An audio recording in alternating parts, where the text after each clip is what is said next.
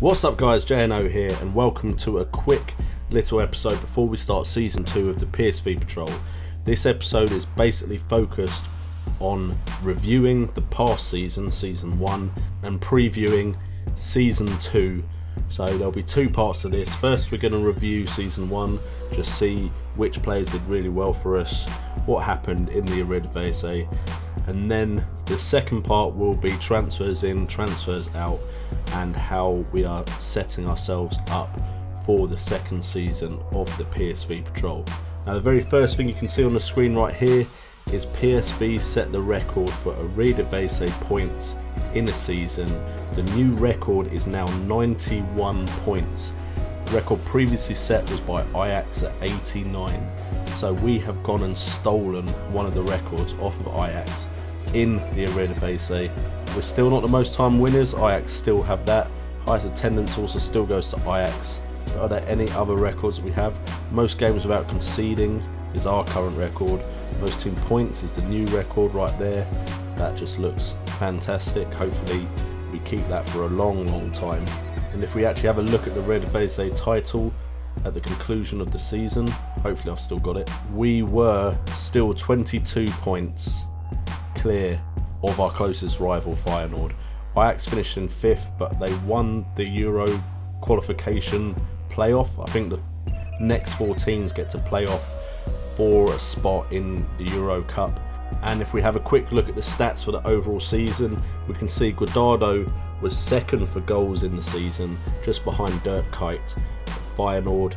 Guardado managed to get 16 goals from a left mid position or left wing position. Sometimes he did play left back and he did play defensive mid, so that was a really good season by Guardado. Arias also played really well, getting an 8.13 average rating, making him the best player overall in the season as far as average rating goes. He also got 11 assists, which was just behind Rick Karsdorp of Feyenoord.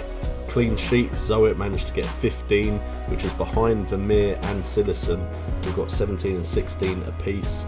And we were quite high up on the yellow cards, unfortunately, but that is just a little negative to a great season. We also set a new defensive record, going 6 games without conceding from the 9th of April 2016, which is another great record. Hopefully we continue to lengthen that record as we go on into the next season. If we have a look at the end of season awards, we can see the team of the season was Zoet in goal, with Poulsen as the left back over Willems because he was injured for so long. Arias was the best right back. Bruma and Islamat actually were the 2 best centre backs, so Hector Moreno didn't claim one of those spots. Proper Maha and Carroll were given the 3 midfield spots, with Guardado and Narsing as the wingers, with Luke de Jong up top. Fans player of the season went to Arias, 57% of the vote, with Narsing just behind, well not just behind, but behind with 26 and Proper with 11. Goal of the season went to Narsing versus Willem on Friday the 20th of November. So let's have a look at the PSV goal of the season once this loads up.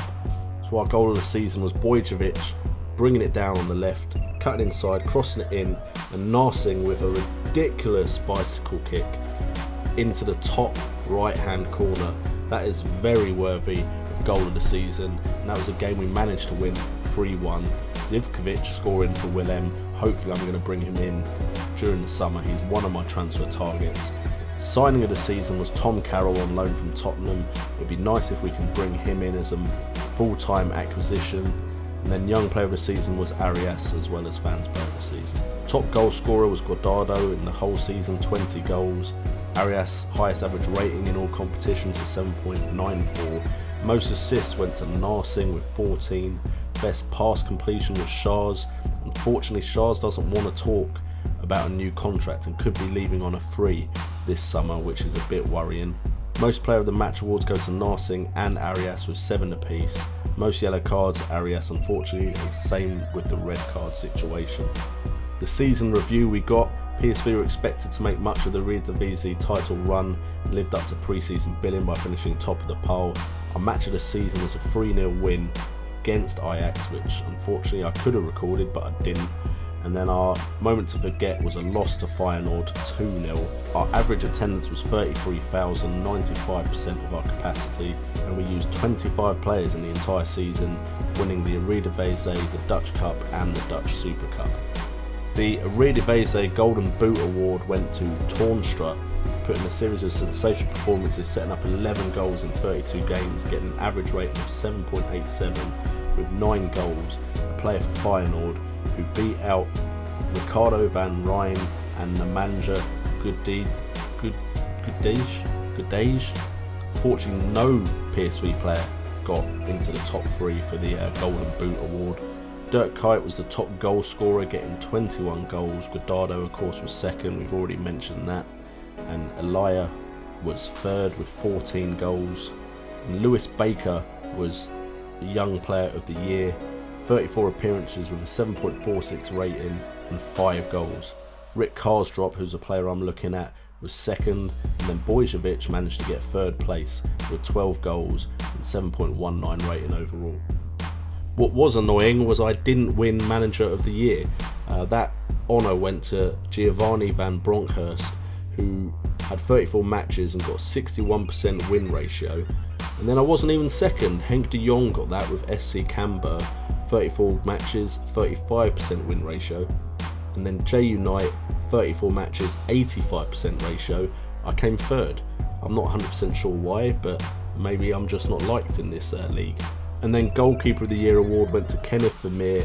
Zoet only came second. I suppose when our defence is as good as it was near the end, he didn't get a high enough average rating. 6.98 was his average rating. He got 49 voting points to 54 for Vermeer, and Sinnerson got third place. If we have a look at the average ratings for the team in the season, we can see that Jethro Williams may have got Best Player of the Year if he'd been fit. He only had 16 appearances, but he got a 7.83 rating overall. It definitely looks promising for Joseph Soon, who's 25 years old. His stats don't look amazing. We sent him out on loan to FC Groningen, and he managed to get a 7.72 rating in 9 games, 5 goals in probably 12 games overall. Narsing, of course, was a great player for us, as was Proper. Hopefully we can bring in Carroll, and those were the major standouts. But if we look, the majority of our squad have an average rating of over 7, which is fantastic. So that was the review of our season. We managed to win every domestic trophy. We now have a decent transfer budget of 2.56, which still seems pretty low, seeing as our overall balance is 21 million. Not sure why we've got so little of a transfer budget. Hopefully that will be raised a little bit. There are teams interested in some of our players, Guardado for one. So we will now move on to the preview after I've quickly done all of the transfers and scouting for the summer transfer window. And I'll see you guys with that part of the video. Okay guys, so we have gone through the summer transfer window and we are going to have a look at what results we got in pre-season, who we brought into the club, and we'll have a quick look at my tactic because a bunch of you have asked to see what instructions I have set, so we'll have a look at that as well. So let's not waste any time and let's straight away have a look at who we have brought in to join us at PSV. Oh, by the way, do you like the new skin? I noticed a bunch of other YouTubers using it and it doesn't seem to have affected the way the game runs, so I brought in a new skin as well. I hope you guys like the aesthetic look as much as I do. The biggest player to leave us was Zoet. Zoot might be how you say it. Someone did try to teach me in the comments down below how to say this guy's name, but Jeroen Zoet has left PSV and he's gone to Roma. They offered me 5.5 million.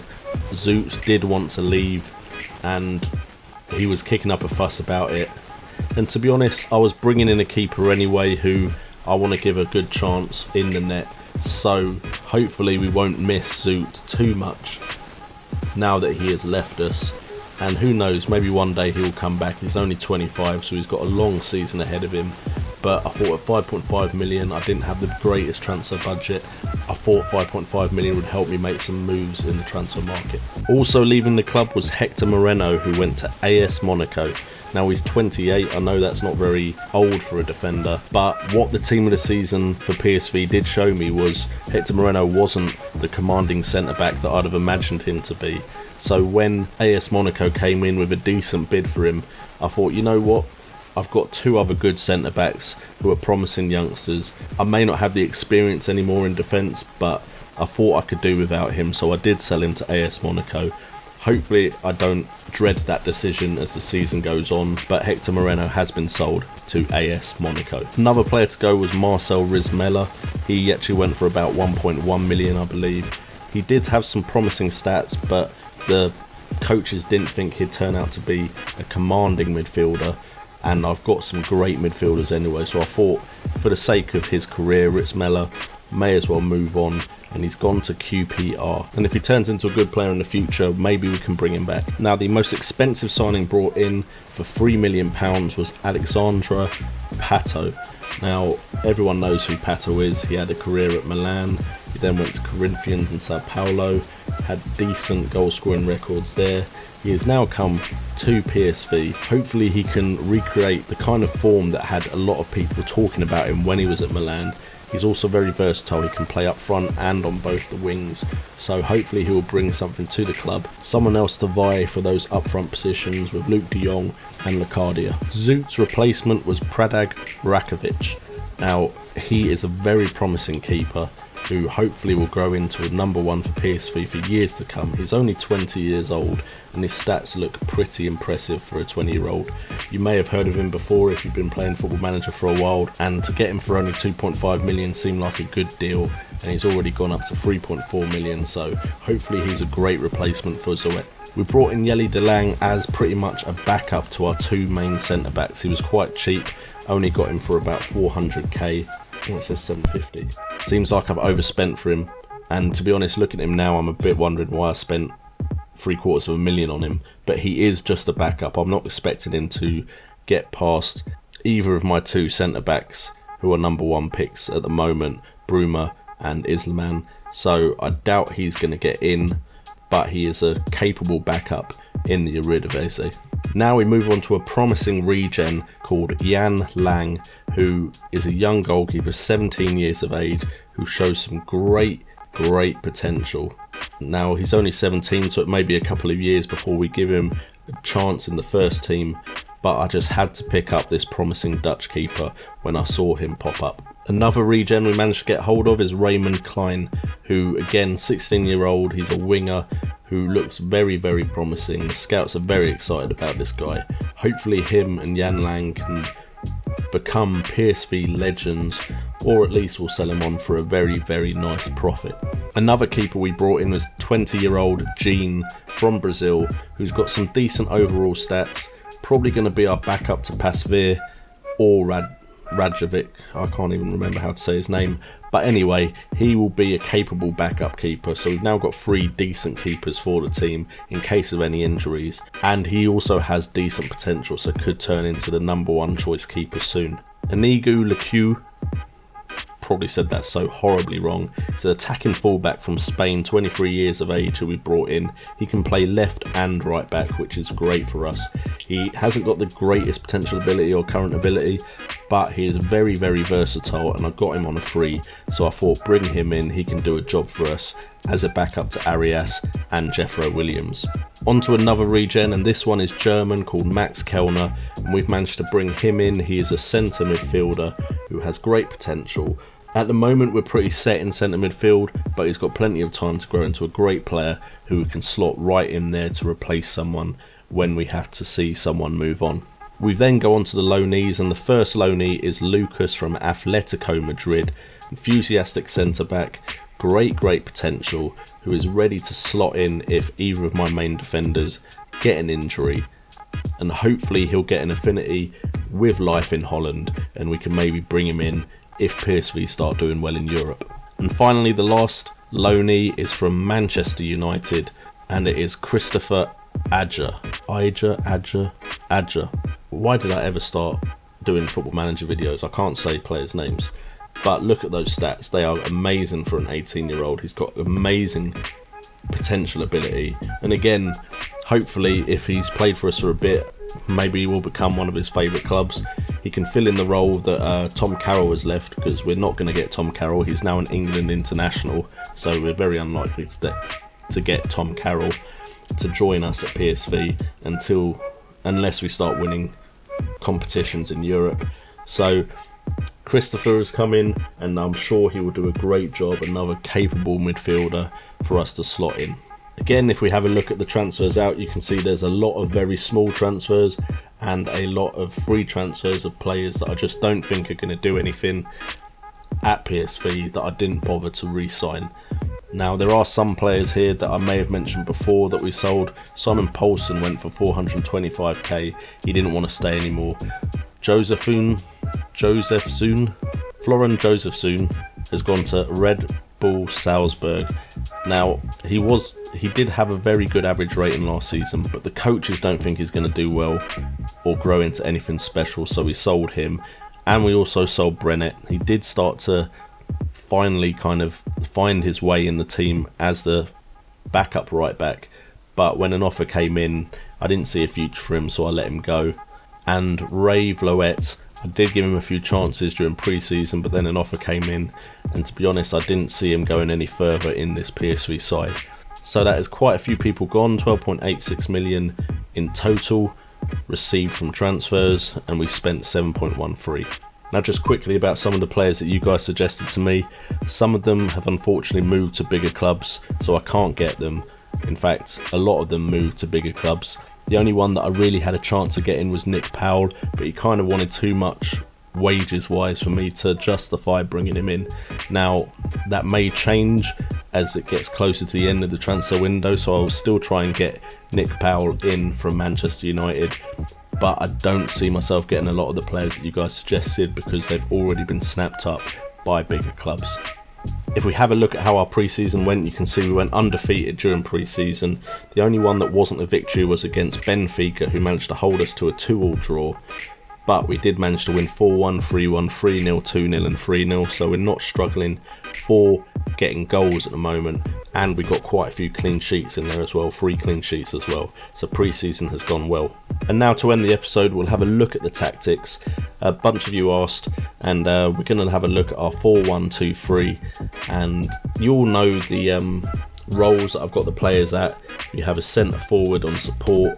We have an inside forward attack on either wings with a centre mid attack as both the centre midfielders, with a half back on defend, complete wing backs with attack as their philosophy, and central defenders on defend with a goalkeeper on defend as well. Now, the idea behind that is that this complete forward on support, he will go forward, but he will also come back to get involved in the play. And these inside forwards will dart into the box. They can either cross it to each other, or the wing backs can cross it to an inside forward, cut it in.